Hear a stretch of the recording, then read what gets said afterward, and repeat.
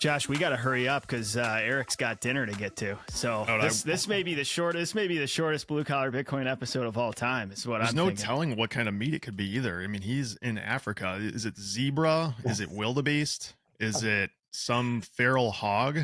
I mean, well, I gotta tell you, honestly, in wild game meat, I would say I like giraffe the best. We're not having that tonight for dinner, but I gotta say I've never had giraffe. I would love to try it. It's got a good flavor because they eat the leaves instead of the grass, so they have actually a completely different flavor. We were talking before we hit record, like just how insulated us Westerners are. I remember going on a missions trip when I was in high school. It was to Jamaica, and they were serving us like bone-in goat. I mean, a fairly basic meat on a zoomed out, world perspective. But for a bunch of cush suburban youth group attenders, it was their fucking minds were blown. They thought they were eating like salamander or something.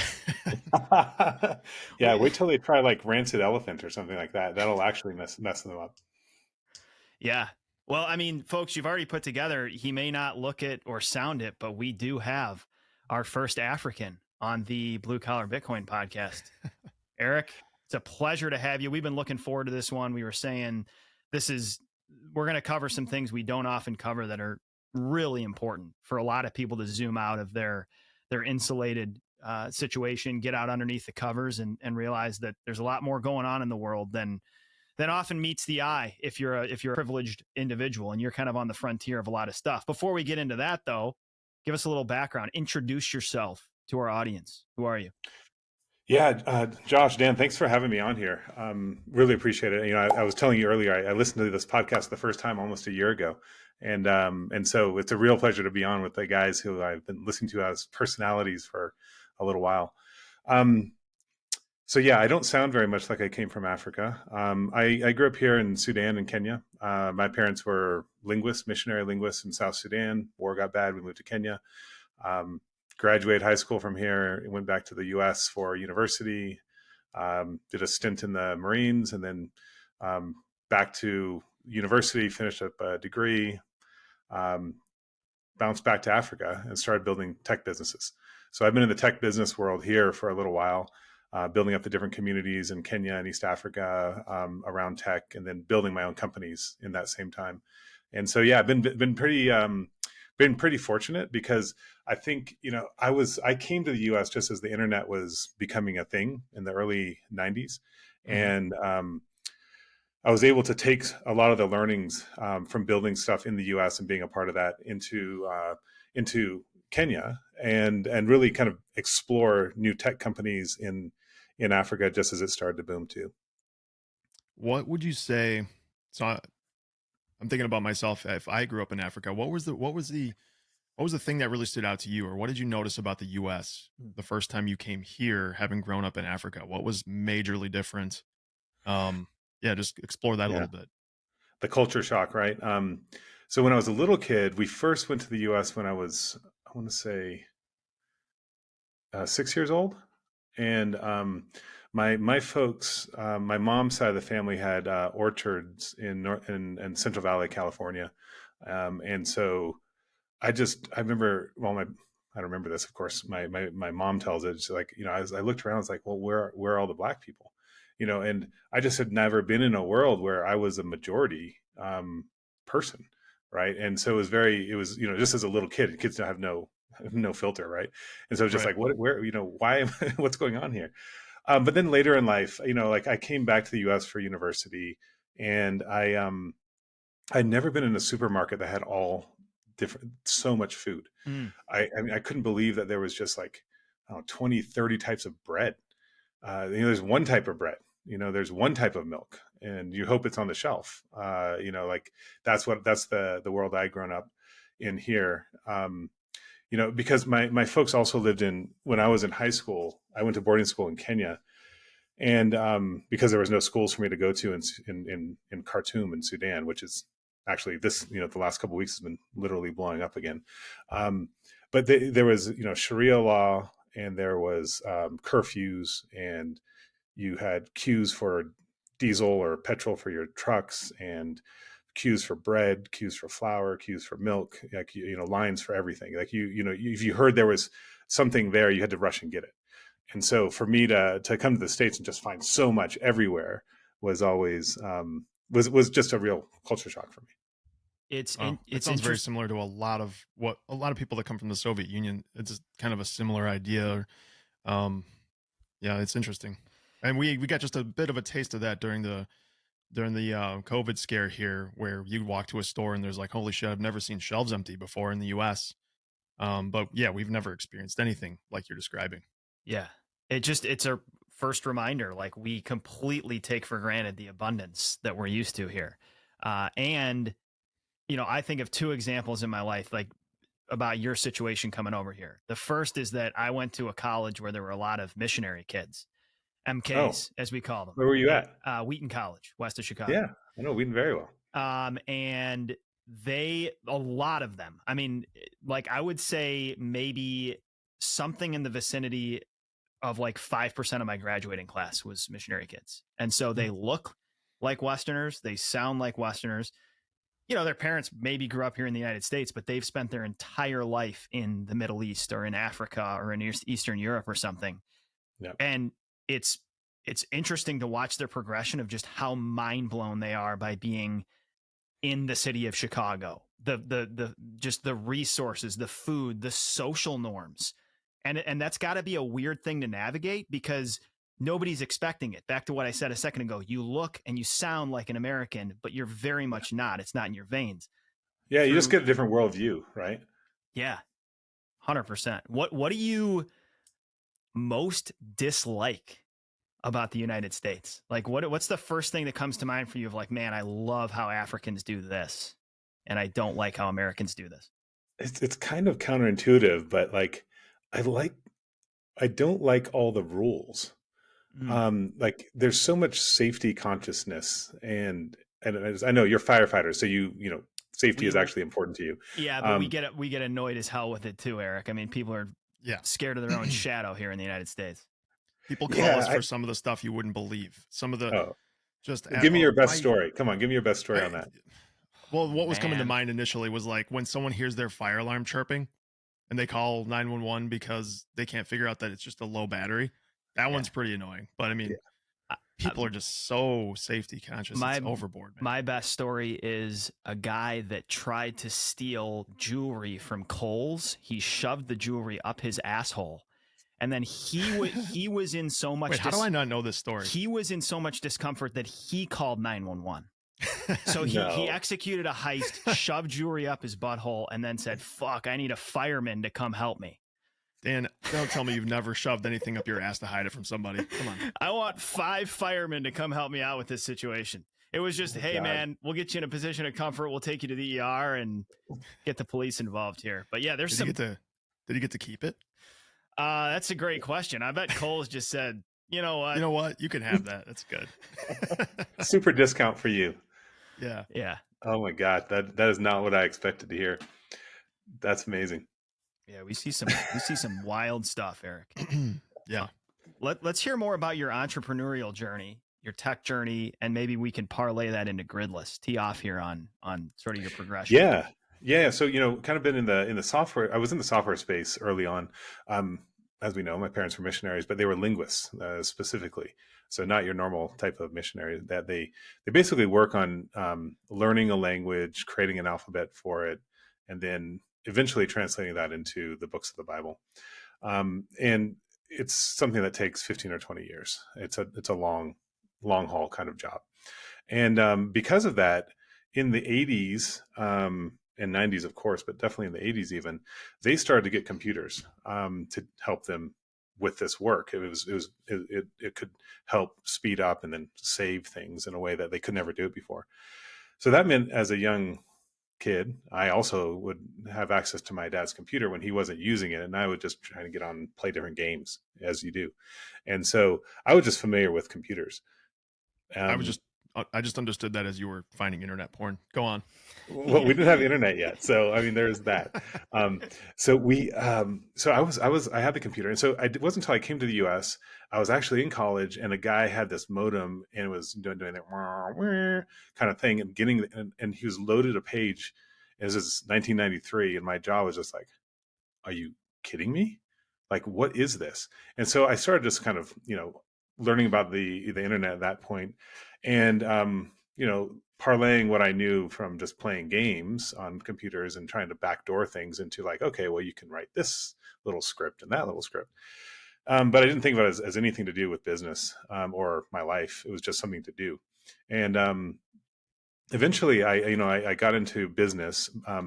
My very first business was importing high-end kind of furniture and home accessories into the North American market, going to the wholesale markets of North Carolina and selling furniture. It's like, who knew?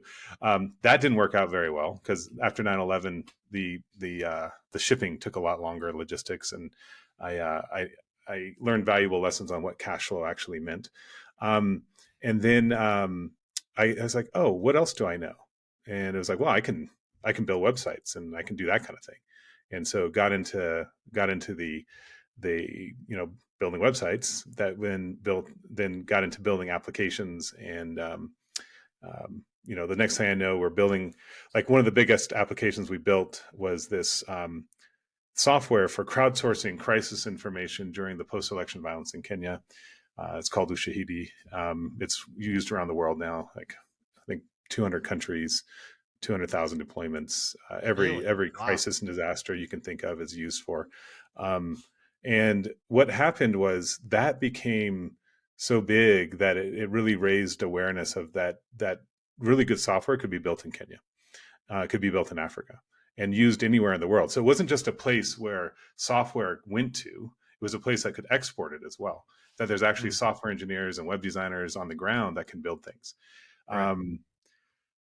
So we had a lot of success with that, and we wanted to help support the local community. So we as a community, we've been talking about what if we had a place of our own, and that place became something that we helped build out called the iHub, the Innovation Hub in Nairobi.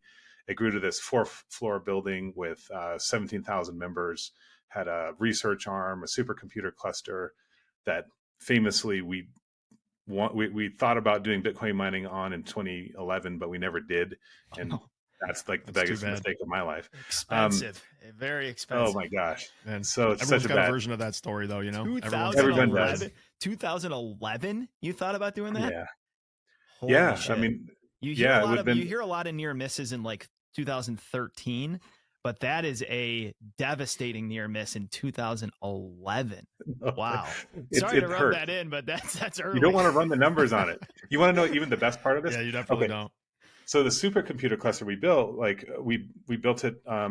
Google had given us some money to build this thing, and so we built it, and it was sitting there. We had the lease for the Innovation Hub, the iHub, included power. So I would just sit there and say, well, why don't we just run this at night? And I would tell the team who was working on it, it's like, why don't we just run this at night?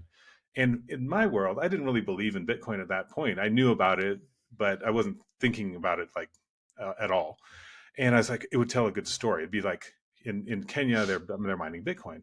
I was thinking more from the marketing angle than the actual usage of it. Mm-hmm. And I would mention it a number of times to the guys, and it never got done. And I 3 years later, I was looking at it, I was like, shoot, that was a mistake. And then 4 years later, you're thinking, like every time it spikes, you always think about what you lost. And the reason I think about what we lost is that that Bitcoin wouldn't have come to me. That would have come to the iHub. And that was the nexus point for all the tech stuff that was happening in East Africa, well, especially Kenya. And you can imagine that we could have funded every startup for the next like 50 years of that Bitcoin if we'd actually mined it. So that's actually why it pains me the most, Dan.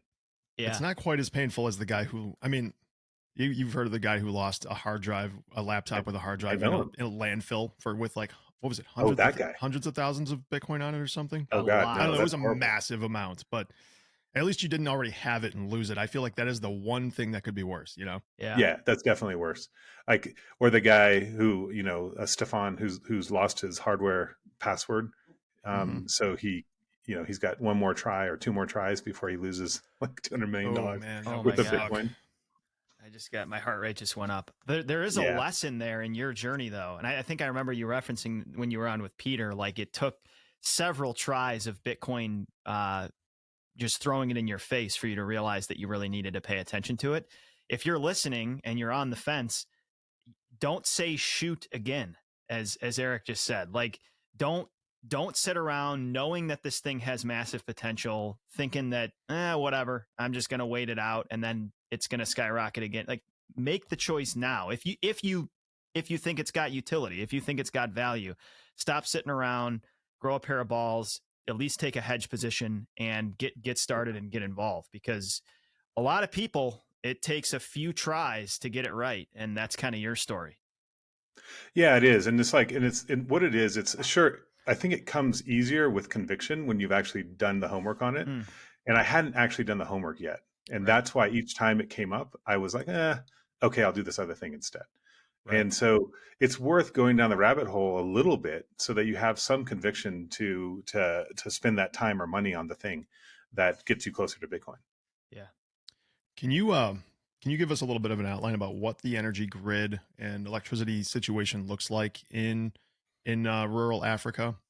I from the bit of peeping I did about understanding this, it seems that a lot of people have access to it, but they can't necessarily afford it. How does that dynamic work out there? So it's actually, not a lot of people have access to it. So we have a population of about 1.1 billion in Africa, and 600 million don't have access to it. So Okay. don't have access at all. That Now, is what you're right about, insane. That is no, it's insane to just stop there. Like that's crazy. That's half the population of Africa Mm-hmm. yeah, that's right. doesn't have access to electricity. Sorry. And so the other half that does have access, is that also, is that a true statement that they can mostly not afford to use it even though they have Right. access? That's what I was going Okay. to say, Josh. That's where you're right. Where the people who Okay. do have access to it can't afford it or can't afford it all the time. Right. It's not Right. reliable for them to be able to, or reliability is a different thing. We can get to that. It's there, Yeah. but they can't always afford it. So they only pay for what they need right now. I think that's very common. The Bitcoin conference is coming this May in Miami, and you do not want to miss out.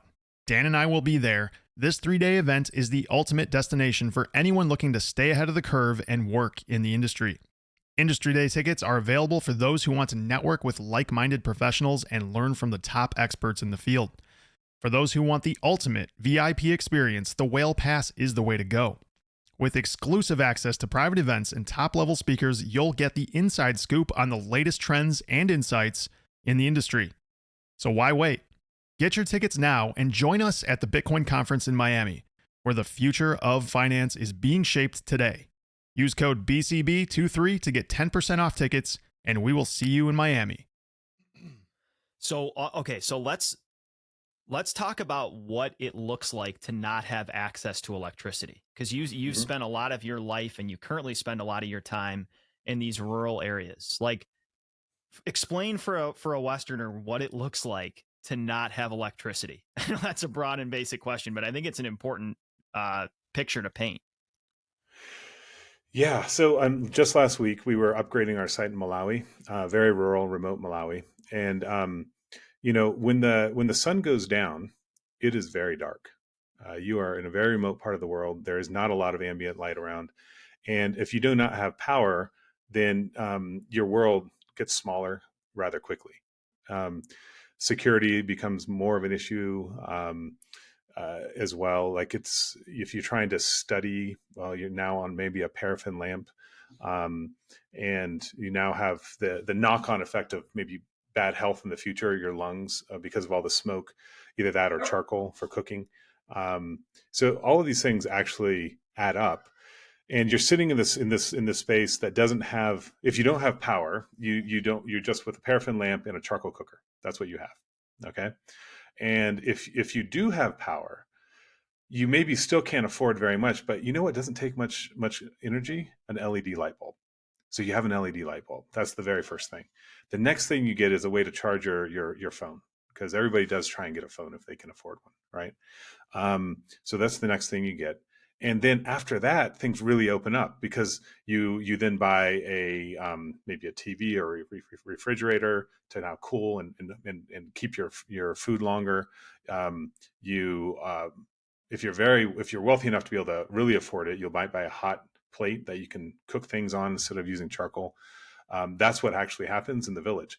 And so, in the villages that we were in just last week, it's really incredible. And you walk into the wealthier members of the community, the elders or the chiefs, and they'll have all those things.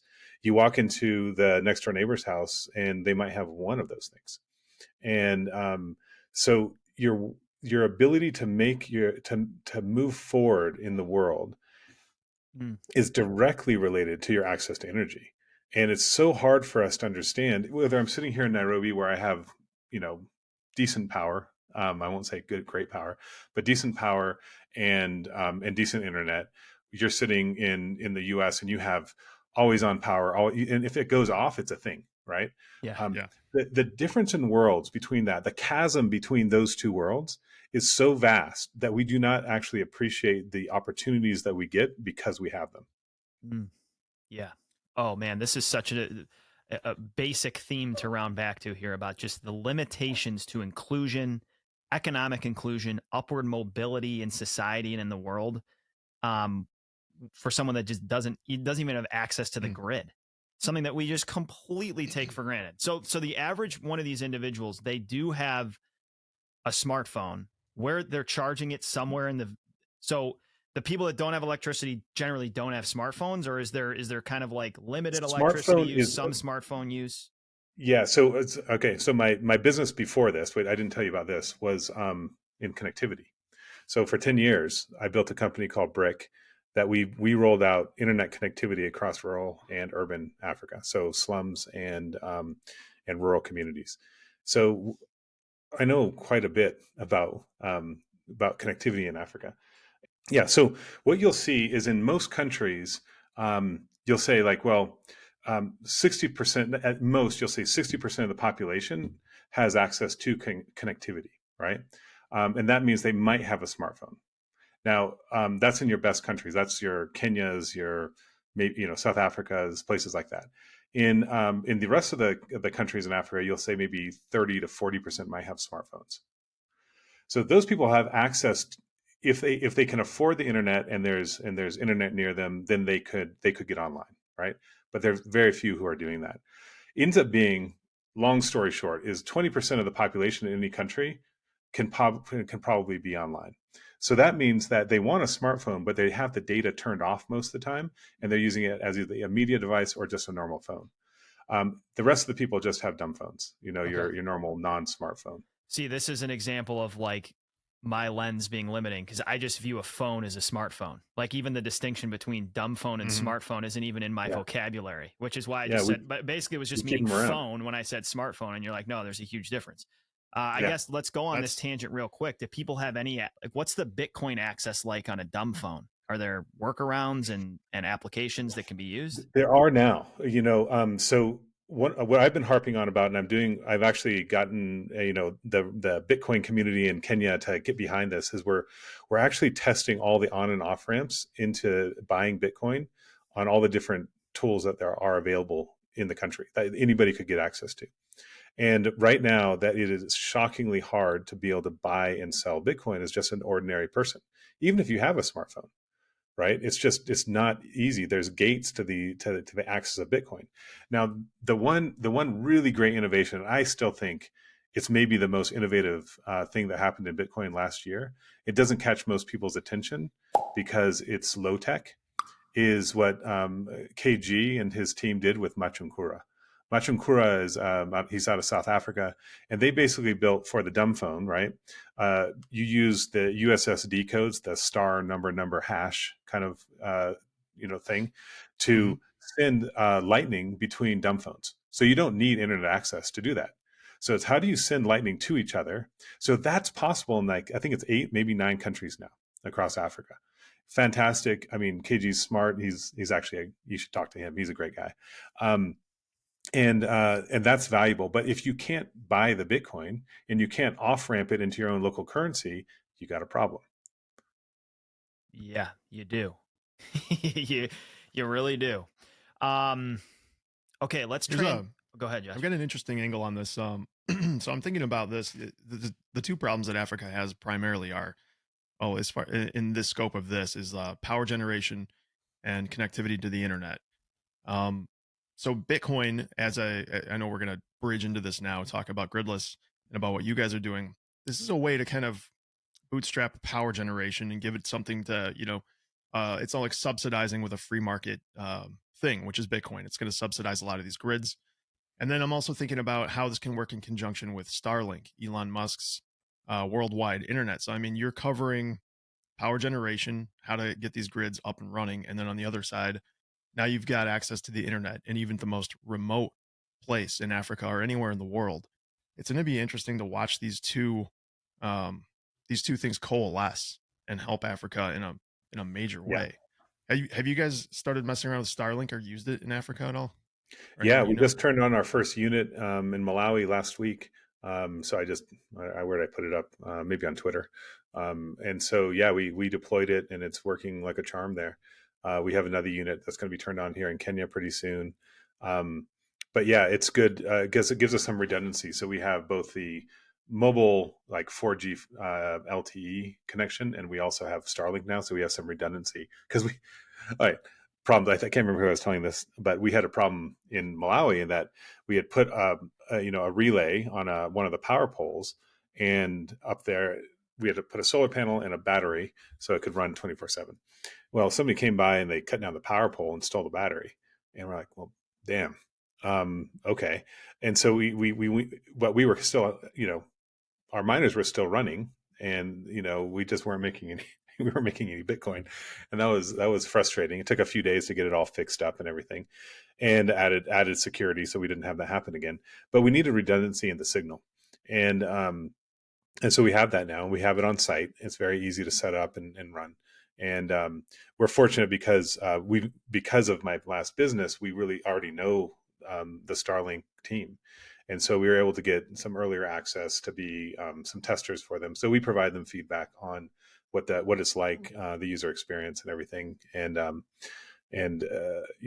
but we really do like it. It opens up some additional risk avoidance for us.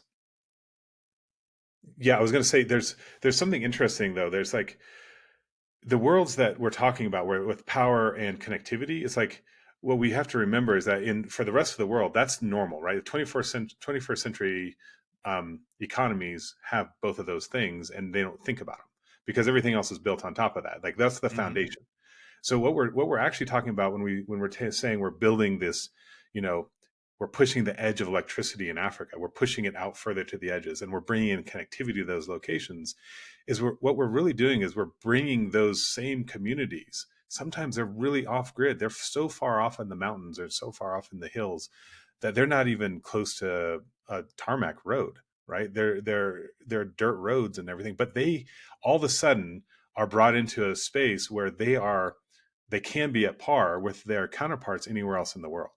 And that's what actually gets exciting, because then you can start seeing communities jump past even local, economic reality and tap into earnings. You can actually tap into some of these apps to earn Bitcoin or dollars, right? There's ways to do that now that are really interesting that I think open up the world to these other pockets that haven't actually had real access to the rest of the world yet. Yeah, this idea that I hear thrown out some of just like leapfrogging because of the different opportunities that exist here in the digital age. You could have rural African communities really short circuit their path to prosperity if they get those basic necessities, maybe the most important of which is power. Yeah. So we've kind of established like power is essential to prosperity and inclusion. Africa has a massive deficiency in power for many of the people living there. So let's get into the topic of how Bitcoin increases electrical opportunity, I guess is the way I'll put it, in Africa. And then we can get into the gridless specifically. So, how energy is built is that people look at density of population, and ease of being able to move the power that's generated and put it to use right away. Because if you don't use your power right away, it is wasted. It doesn't store well. Yep. So the main national power grids in most countries have gone to the places that are the low hanging fruit. Whether you're in Malawi, you're in Kenya, Zambia, it doesn't matter, right? However, those places that are not easy to get to, you have to do a lot of transmission, or just don't seem to have the density of population, get ignored. So then you have independent power producers who look at those places and say, oh, I could go in there and build a mini grid, and in maybe 5 to 10 years, I'd have enough usage of the power in that community that I could make good money off of this. So I will make that investment, and I'll wait the 5 to 10 years for them to, go beyond buying LED light bulbs and charging their phones and now buying fridges and TVs. Okay, great. But it takes 5 to 10 years. So in that middle ground, or in those early days, who are you going to sell that power to? Nobody. Because there's no business who can be kind of completely geographically agnostic, can move anywhere in the world, right? Except for Bitcoin mining. We can be anywhere. You give us a Starlink terminal, you put a container, 20-foot container on the ground, and you fill it with miners, we can go anywhere. And so it doesn't matter if you're on a dirt road in the backwoods of nowhere. We can be there too. And so we work with these power generators and we say, listen, what do you have that's extra? And what we're going to do is we're going to give you a percentage of the revenue in Bitcoin. You're going to be paid in Bitcoin. You can choose if you want to cash out of that Bitcoin today. You can hold it and sell it tomorrow. Doesn't matter to us. It's your Bitcoin. In return, that means that we don't have to pay a fee for the energy every month. So it lowers our cost of operations significantly and de-risks us as an operational entity. Right. Yeah. And then you do have that sell though, right? Sorry, but I'm sure it takes a couple touches or some good pitch to explain to them why they want Bitcoin, right? I'm sure that's a hurdle you have to jump with most of these people, or do they get it? They're doing nothing. They're doing nothing with the energy as is, so they might as well it's like take this, something. Dan. It's like we take, a lot of times they've never heard of Bitcoin, or if they've heard of it, they just think of it as, your general crypto and it's a scam and all this other stuff, right? So we come in there and we say, this is what we do. We explain it to them. They're like, okay, well, how much are you going to pay? We say, well, we're not going to pay. We're going to give you a revenue share of the Bitcoin that's generated. And then we show them how much it's worth today, and you could sell your amount of Bitcoin. If we were going to do like, a megawatt of energy, it would earn, let's call it 3 Bitcoin a month, right? So you'll earn one of those Bitcoin, let's say, just to make the math easy. And you can choose to sell it for, what is it, $28,000, $29,000 and be done, or you can save it and hope the number goes up. So, but that's on you. That's your Bitcoin. And they're like, oh, okay, but this blah, blah, blah. And we're like, okay, how much are you selling your energy for now? Well, it's not. It's like we have excess. It's like, okay, so would you rather continue to make nothing, or would you like to take a chance with us on the Bitcoin? Because we're making Bitcoin too, so we obviously have some conviction on this, right? And usually it doesn't take more than one touch. We actually make that case and convince them within the first hour. Do you think it's a win-win situation? Pretty easy to sell. Do you think that is an easier pitch in Africa than it is here in the US? Because there still seems to be a lot of friction here. Like, just putting myself in the shoes of Harry Sudak or somebody, like, it seems like they're still having conversations where they're looking at energy utilities in the eye saying, there's no downside. Like, this is free money for you. And stigma, lack of knowledge, for whatever reason, there still exists an impasse. It sounds like you're cutting through some of that. Do you see the difference in Africa versus here in the US, or any thoughts there? Yeah, I think it comes from two things. One is that you actually have a good grid interconnect. They always have the ability to sell this fairly easily in the US to somebody else, even if it's just the main grid that doesn't pay them very much. It's something. There is no other buyer here. We are literally the buyer of last resort. And so that changes the dynamics of the conversation. The other thing that's different, and the other thing that's the same, I've actually spoken to some of the very large independent power producers in Africa. And they too, just like the ones in the States, are, slightly older suits, right? And they're very successful. They've made money. They don't want their peers looking at them and saying, "Oh, you were playing with Bitcoin," like, and looking at, like, why take that risk, Right. that personal risk? Instead, like, just keep making money the old way. So there is some of that here too, but it's really the really large power producers that are independent, that think that way, not the small guys. Dan and myself, Josh, talk a lot on this show about running a Bitcoin node. If you are a serious Bitcoiner and you want to verify, not trust, you will take this step at some point. For our node setups, we run software and hardware from Start9 Labs.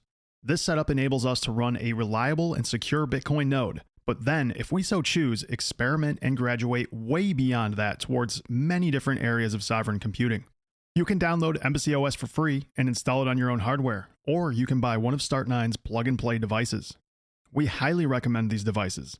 Start9 builds reliable and extremely easy-to-use products backed up with incredible customer support.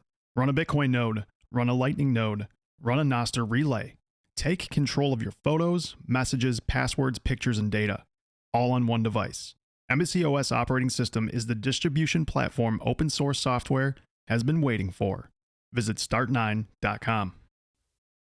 We only recommend and endorse companies that we believe in, and Swan Bitcoin is a company we believe in. I have been personally using Swan to DCA into Bitcoin since May of 2020, when Bitcoin was the wee price of $9,500.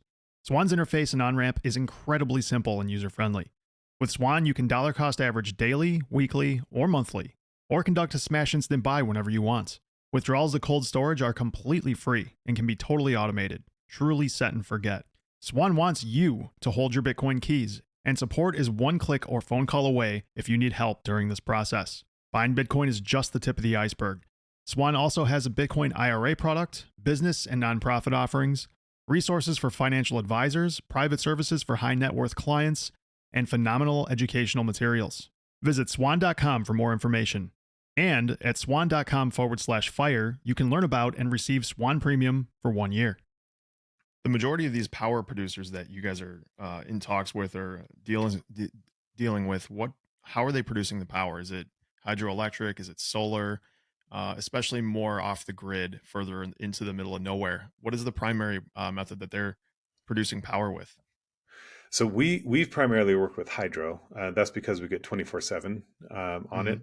Whereas the real numbers of that, I can't remember exactly what it is, but it's something like 85% of all of the mini grids in Africa are actually solar. And solar, while interesting, is not interesting enough, because you only get that 8 to 10 hours a day of sun. And that means that you have 3x on your ROI, which is not great. Yeah, it's expensive. And so it makes it tough to work with. Like, we found this beautiful site that somebody had built, a 1.5 megawatt solar site, and it just top level built, just beautiful. And they couldn't get an agreement with the power grid, and so they asked us to take a look at it, and we were like, this is fantastic. Like, we could actually come in here and turn it on tomorrow, but if I have anywhere else to put those miners, that's hydro, geothermal, hybrid of wind and solar, it's always better than this, right? So the only way I think you can make solar work here is one of two ways. One is somebody has made the investment to put in the battery storage, and that's on their balance sheet, not ours. So we're not concerned about that. Two, it's that somebody has really old miners, and you're just sweating those assets out on these locations. They already paid for themselves in a high efficiency site for 3-5 years, and now you're just shipping them over. You're making them work as long as you can, and if you make some money, you will make some money, but you're not worried about the ROI anymore. Yeah. Okay, so walk us through an example of where Gridless might intervene, both like the business transaction, like what you do, give us an example of that, and then any tangible or theoretical examples of the impact that could have on a local grid or community. Yeah, I'll give you two. I'll give you the one in Kenya and the one in Malawi that are probably the ones that we've been most public about. So in Kenya, which was our first site, we found a power company that was looking to put in some new generation, and they needed an anchor tenant. So we said, we'll be your anchor tenant. They built it and they commissioned it in December. So 5 months ago. And first of all, they were able to actually get it built and get it paid for because they had us as an anchor tenant, right? Number two, because we came in and took up all their excess energy, they didn't have to have the same price of energy for the community anymore. Because you have to know what happens if the community is the only buyer and the community is only using, let's call it 20% of the energy, they still have to pay for all the energy that's being put in there because the company's made that investment.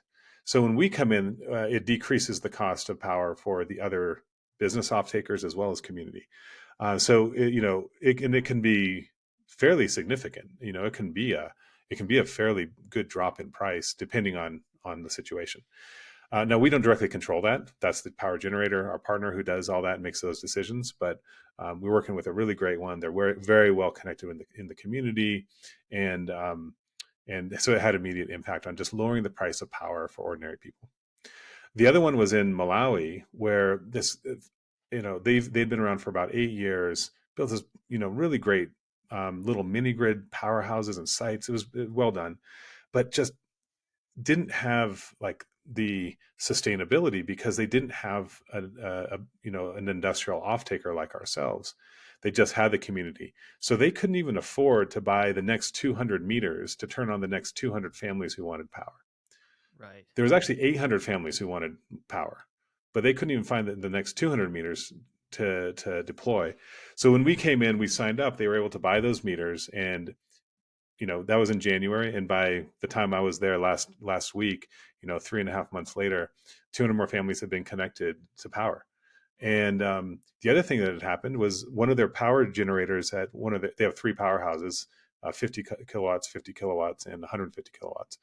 The 50 kilowatt one had burnt, and they couldn't afford to rewind it.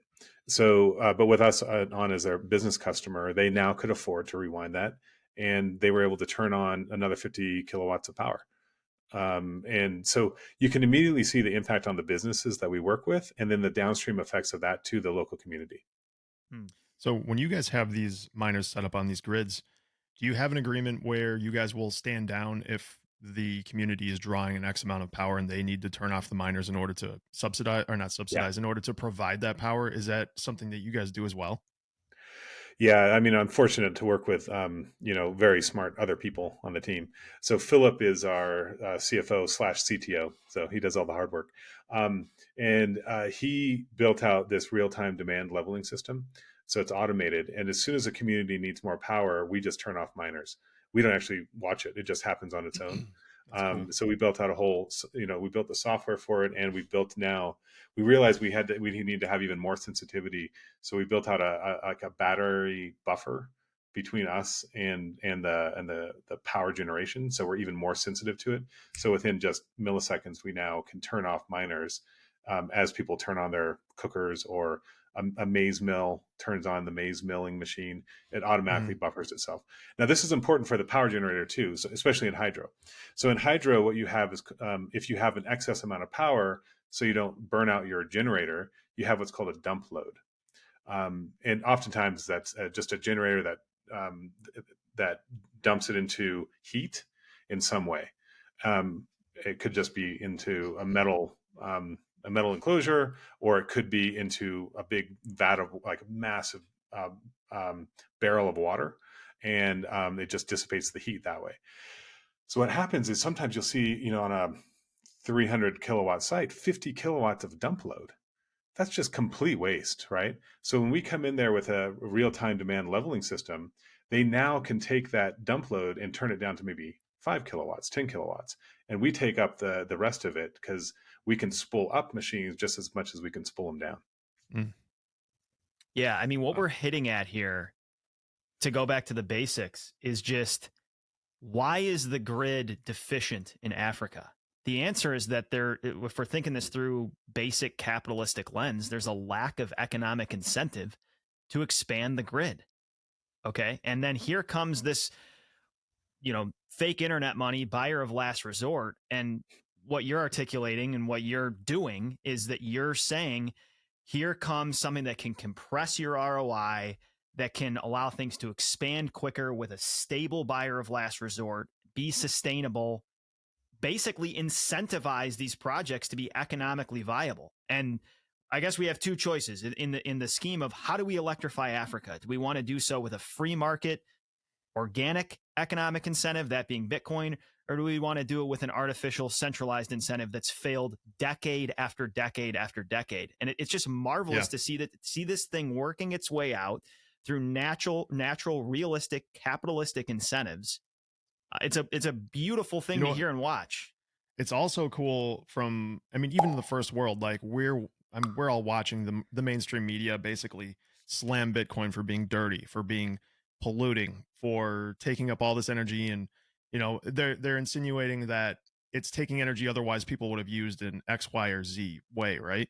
What Gridless is doing is it's showcasing a way that Bitcoin can subsidize energy generation, do it in a green manner using hydroelectricity or solar panels, as you were describing, Erik, and actually just be a useful, genuinely good net positive for the world, literally on the ground in Africa right now.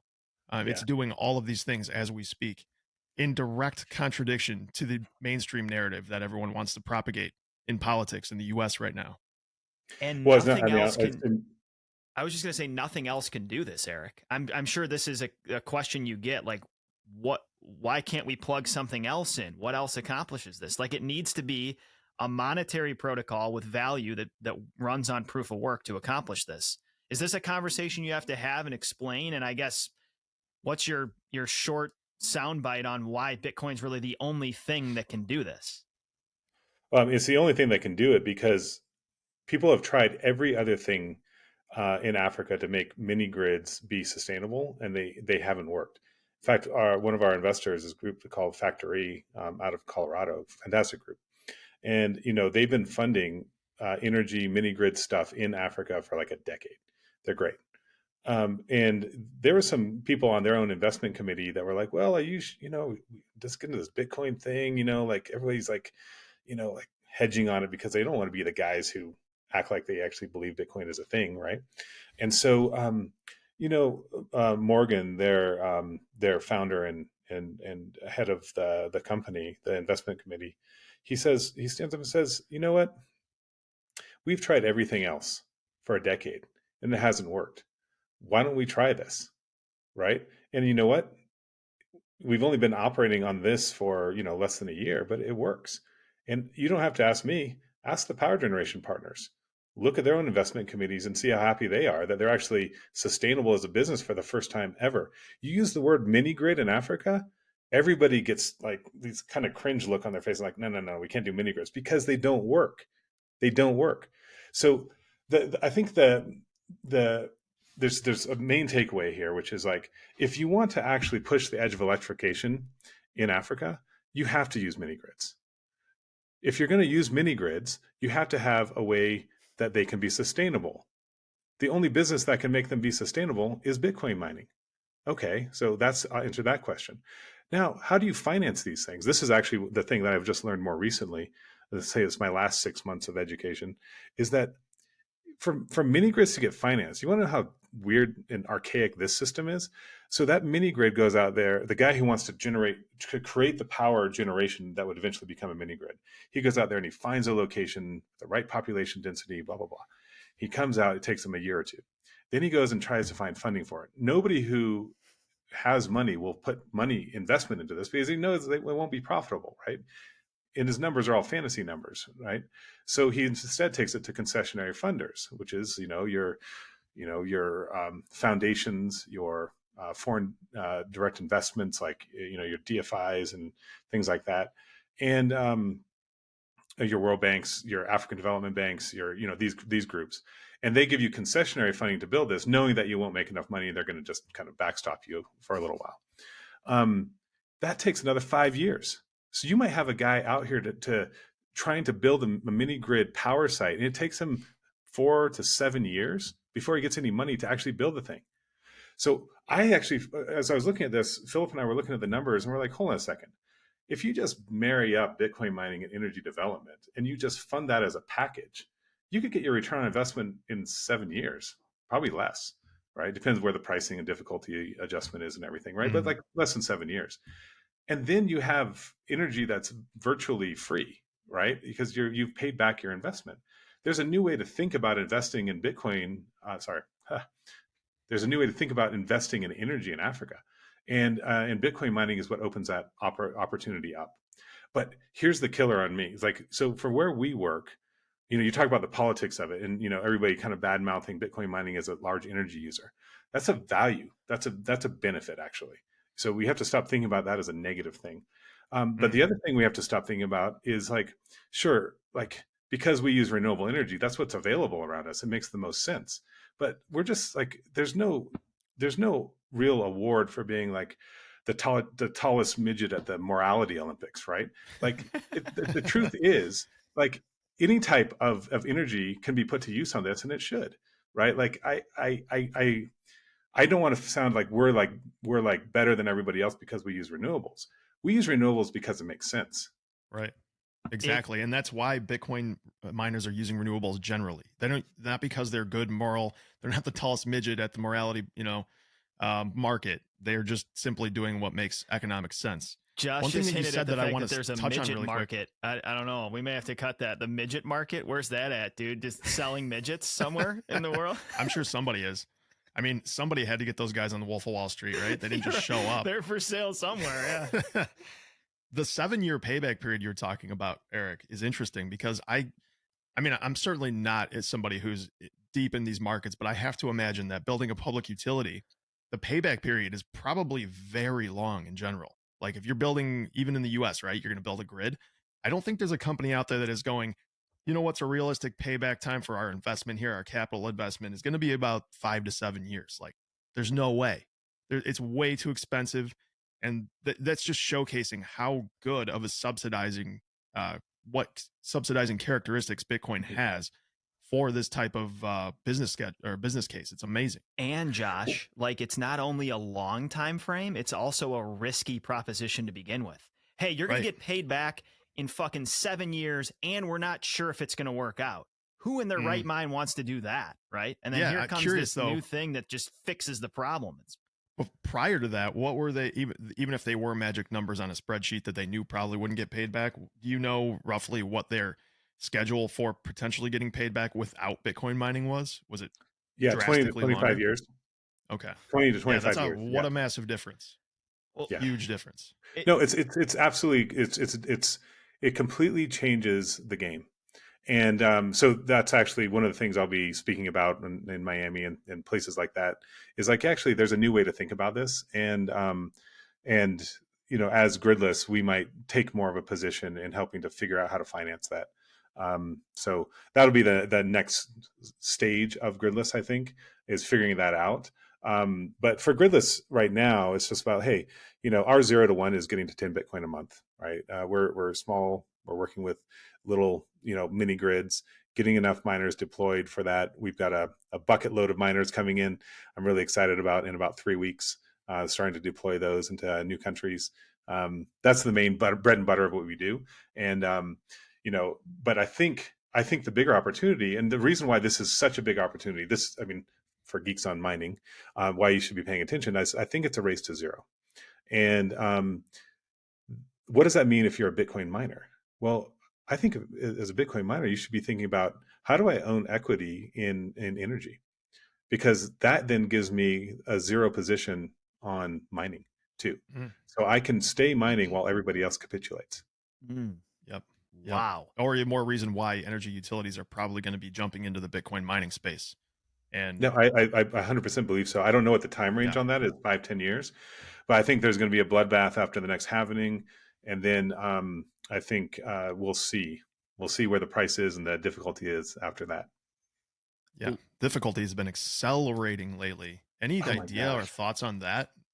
Yeah, I'm just like, are these all the miners that people pick up bought my 2 jaw years ago? Floor.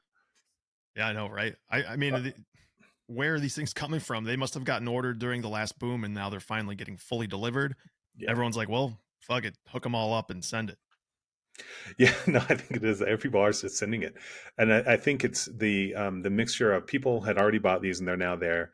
I think it's um, more countries getting involved that aren't broadcasting it. They're not being vocal about it, Mm. and the mix of the two, um, with the price going up from where we were for 3 or 4 months, has doubled already. And so I think that has motivated people to say, hey, listen, let's go ahead and turn these things on and start stacking anyway.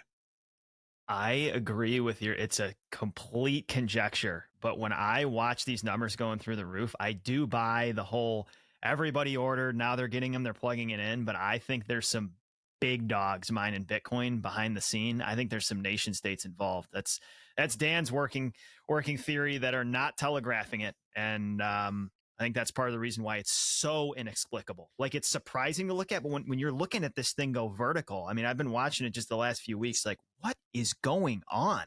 Yeah, dude, somebody at Bitmain knows a lot. I mean, they obviously are building these things, and they're selling them to somebody, and they know exactly who. And Josh, let's get them telegraphing boozed up in Miami. Let's find someone from Bitmain, isolate them, get a lot of vodka in them, and get some information.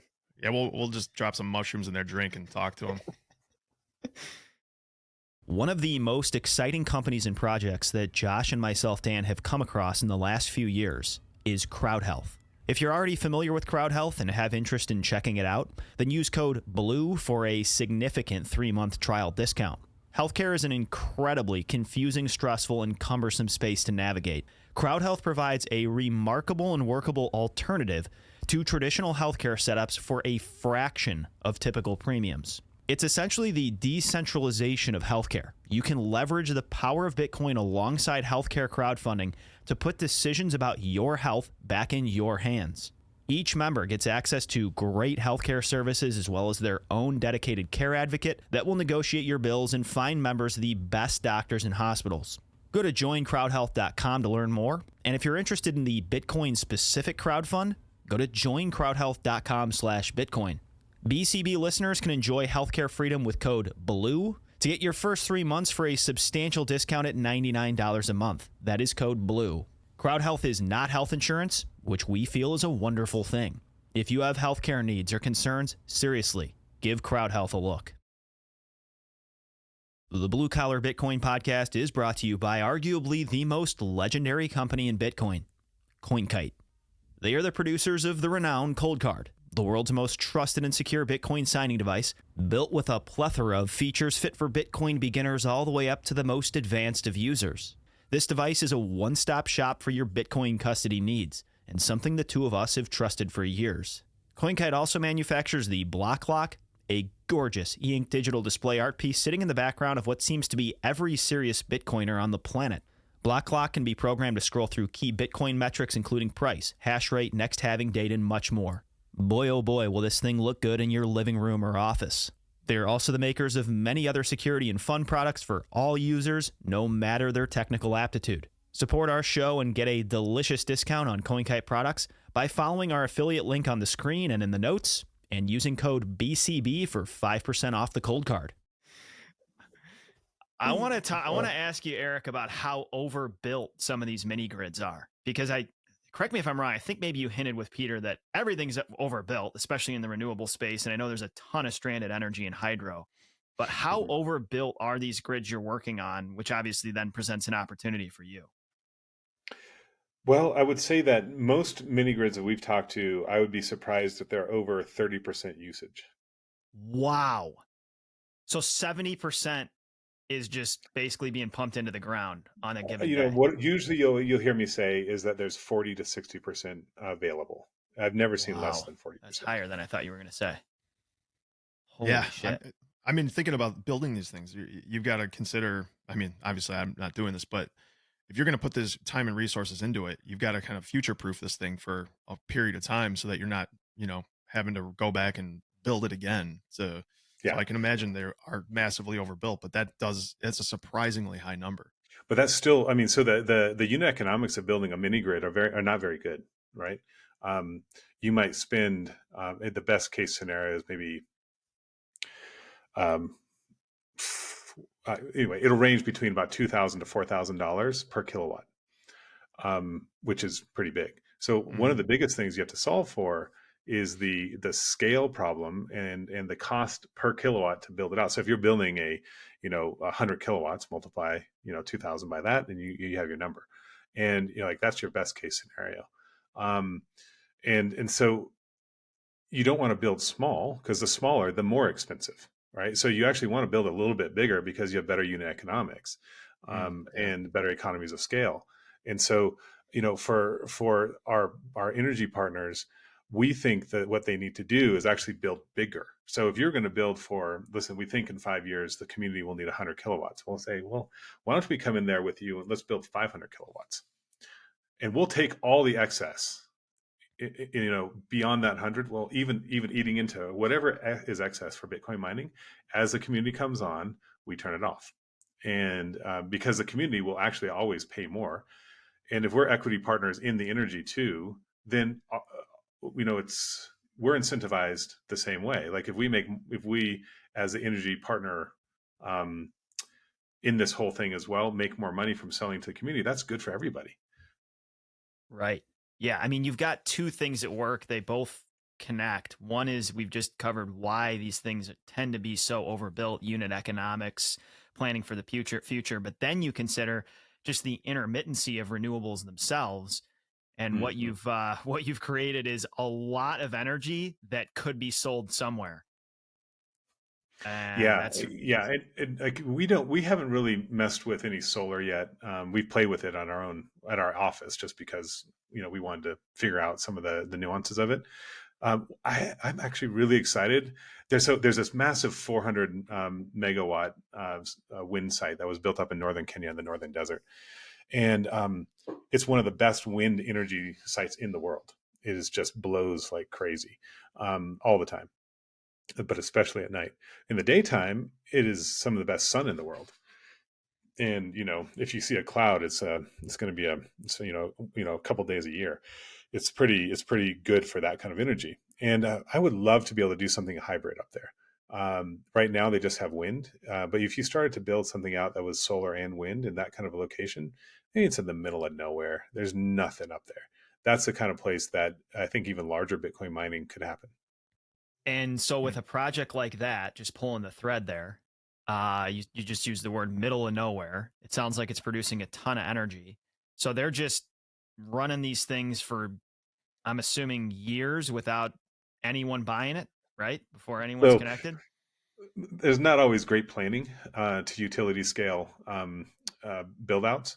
So in this case, the Kenyan government had agreed to this 400 megawatt build out of wind, but they had no idea how they were going to get it transmitted to the population centers. It took another 6 years. So that energy was built and dumped into the soil every day for 6 years. Wow.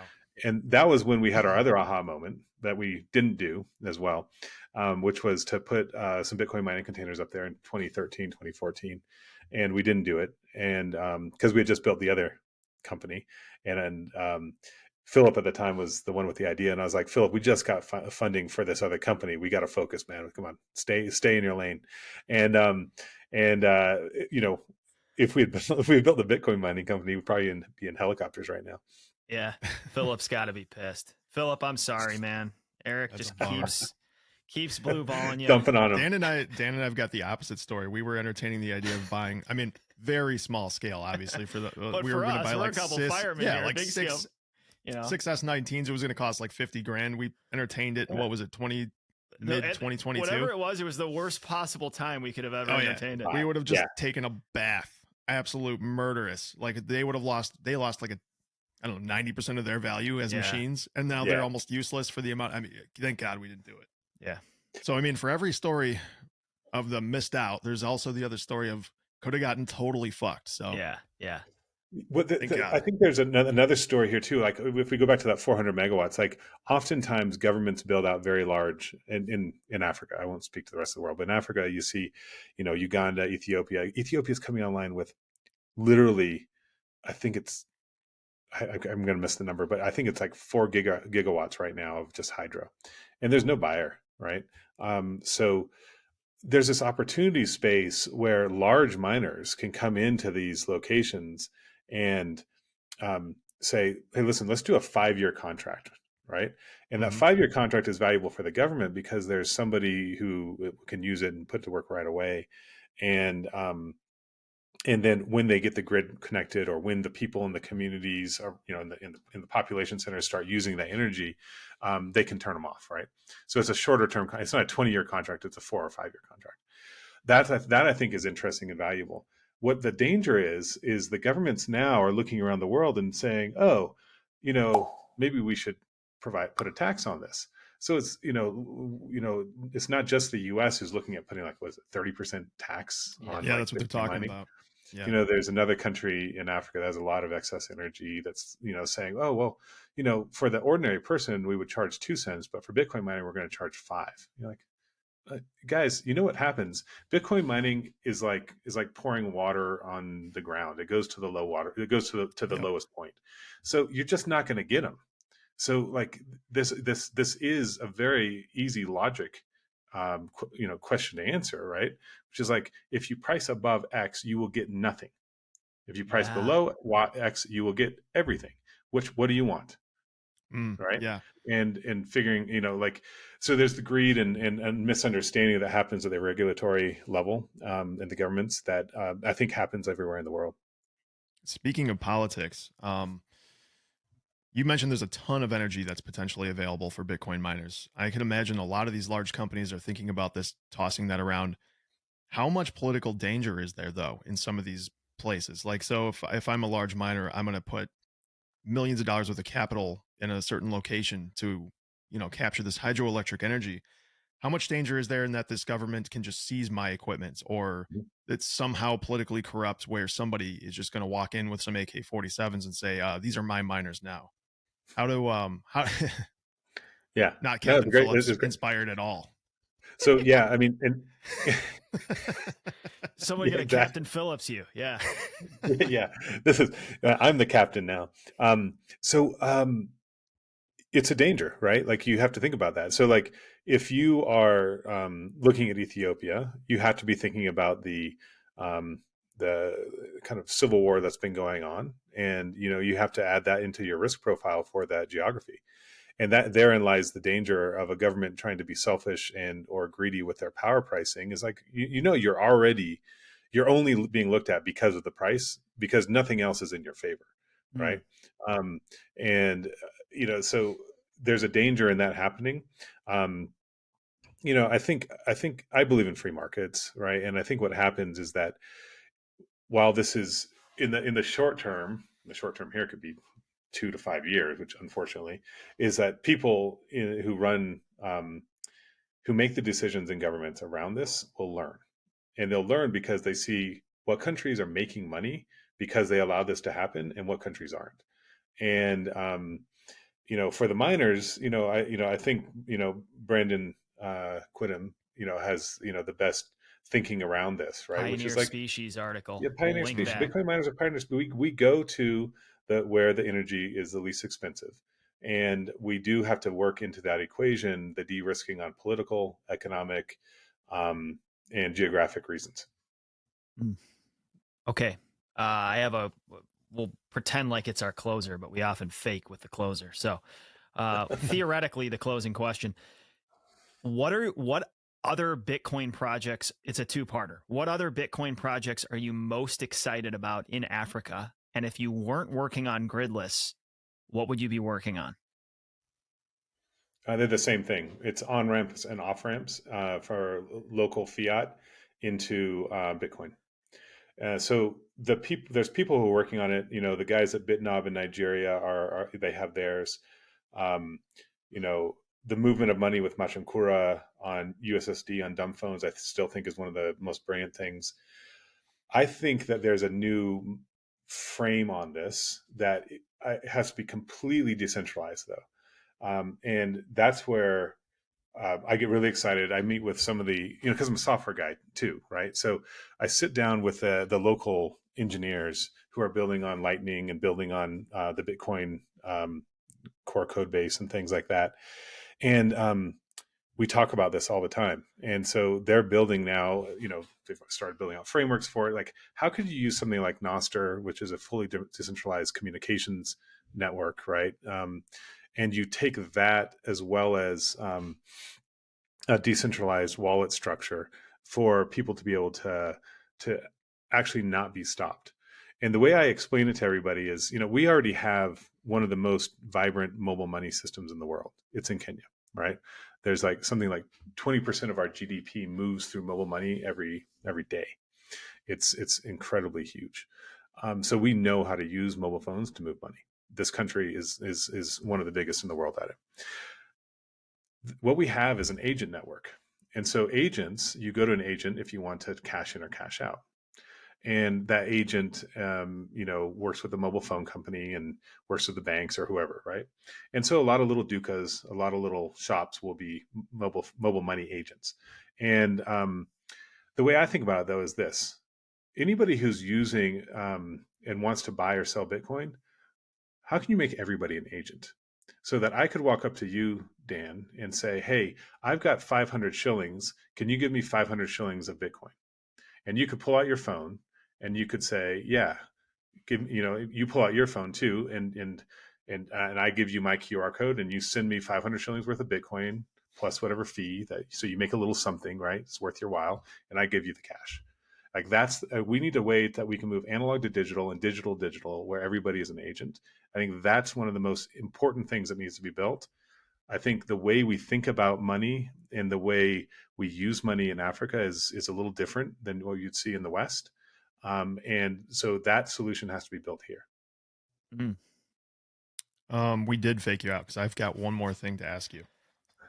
I'm thinking about this in terms of the way the mainstream media has been shitting on Bitcoin and specifically Bitcoin mining. If you were to go on a mainstream network and they gave you 30 seconds to respond to somebody asking you basically, why is Bitcoin mining good for the world?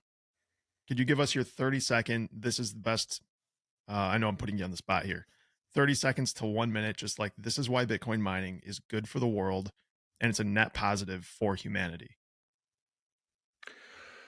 Yeah, I would probably say something like, you might not agree with the energy usage for this industry, but by this industry existing, it allows people to get an education, to be able to have cleaner cooking and further their lives. And if you think that your moral position on Bitcoin mining as an industry is more important than a kid in Africa getting his education, then we're never going to agree on this. Man, I just Love thought it. of a tweet. Troy Cross, who I'm guessing you're familiar with, he tweeted, Troy's one of the best people out there, man. I love Troy. He's incredible. He's great. This is his tweet. In quotes, Bitcoin isn't a socially valuable way to use energy.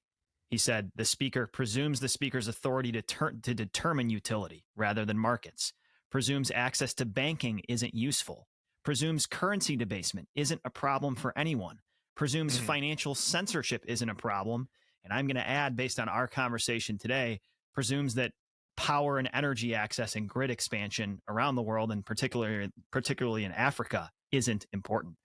A lot of hollow presumptions there, and the implications of this freaking technology just continue to make my head explode every single week, Josh. Yeah, Great. it's actually phenomenal. Like you don't realize until you get into it what it actually unlocks, right? It unlocks energy in Africa, but it also unlocks international markets in Africa. It unlocks money movement between borders and outside of banks. Like these are all things that actually move humanity forward. Absolutely. And that's 1.2 billion people in Africa who can be adding economic momentum to the rest of the world, and they're basically a vast majority of them are cut off at this moment, but they're just as capable, just as intelligent, and just as useful at adding economic, again, momentum as any of the rest of us. And it's just a positive thing for all of humanity if they're involved. Yeah, no, that's right. I mean, that old saying, which is like, intelligence I messed it up now. Intelligence is universal, but opportunity is not. Right. And, what this does is it levels the playing field. Bitcoin actually levels the playing field for Africa in the way that that almost any other technology doesn't. The only other technology that comes close is internet connectivity. Yeah, we use the word inclusion a lot. And I think for a lot of hardcore Bitcoiners, freedom is the headliner word. I'm here to argue that inclusion is just as big, if not a bigger deal. And we tend to think about that as people cut off from the banking system. What we've done here today is broaden it even further to people that are just cut off from power in general. It's remarkable what this can do from an inclusive perspective. Yeah. Well, I mean, I think we, again, like going full circle on our conversation too, is like we tend to forget what the world looks like when we don't have power. Yeah. Mm-hmm. Amen. Erik, man, thank you for joining us. Anything that you want to hand off to before you go? No, man, I've just been fantastic conversation. Thanks for having me on here. And it's great to meet you guys. Well, see you guys, I guess. And hopefully I'll actually be able to meet you guys in Miami. Yeah, we'll both be there. We hope to meet you. We will find time to isolate you and pick your brain some more in Miami Beach. Sounds great. Thank you, guys. Thanks, Erik. Thanks, Erik.